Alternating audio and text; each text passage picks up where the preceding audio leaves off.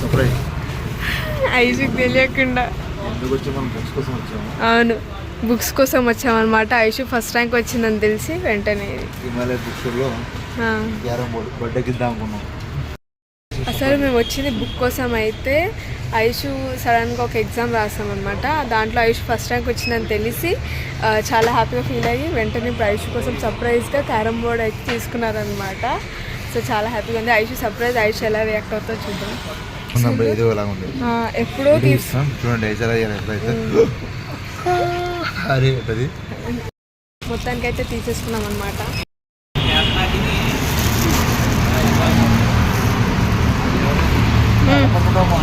పట్టుకుంటానా ఐషు కోసం.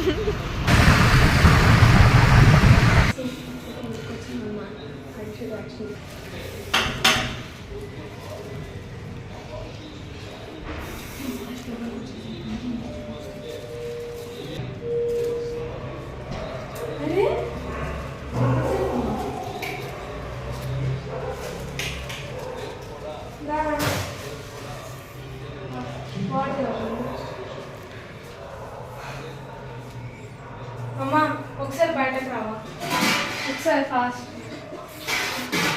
నాన్న నువ్వు రా. నాన్న ఇక్కడ ఉన్నావా?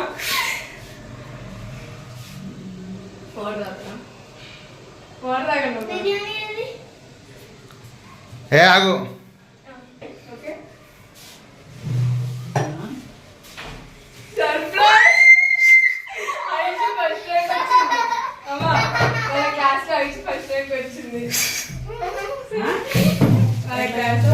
నేను చెక్ చేశాను.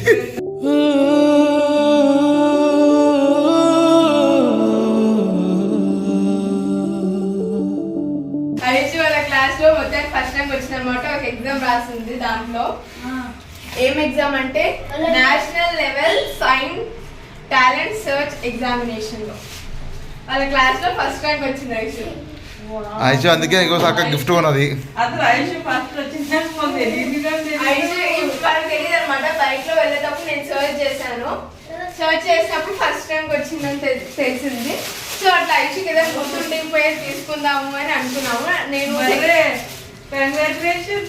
సో ఐషు వచ్చిందని చెప్పి నేను మా నాన్న ఫుల్ హ్యాపీనెస్ తోటి ఐషుకి గిఫ్ట్.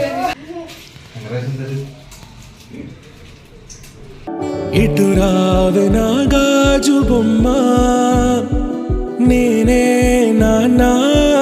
చదువులో మాత్రం ఫస్ట్ దేవుడు మాకు ఇచ్చిన గిఫ్ట్ ఏంది అంటే మా పిల్లలే చెప్పాలంటే. సో ఎస్ ఎలా ఉందమ్మా చెప్పు అక్క కథలో అక్కడ చెప్పు ఎలా అనిపిస్తుంది.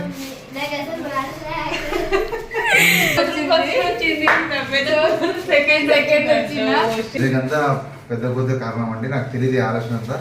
మా చెల్లి గిఫ్ట్ ఇద్దామని చెప్పి ఆయన సర్ప్రైజ్ గా చెప్పింది. సో యా ఐషు ఎలా ఫీల్ అవుతున్నావు? అమ్మ నువ్వెలా ఫీల్ అవుతున్నావు అమ్మా ఇట్లా సడన్ గా మేము? ఏంటి అసలు ఐషు ఫస్ట్ రావడం ఏంది అని. ఐషు ఫస్ట్ వస్తుంది అంటే క్లాస్ లో నా స్కూల్లో అంటే ఓకే, ఇంకా దీంట్లో ఫస్ట్ వచ్చింది అంటే చాలా హ్యాపీగా ఉంది ఐషు.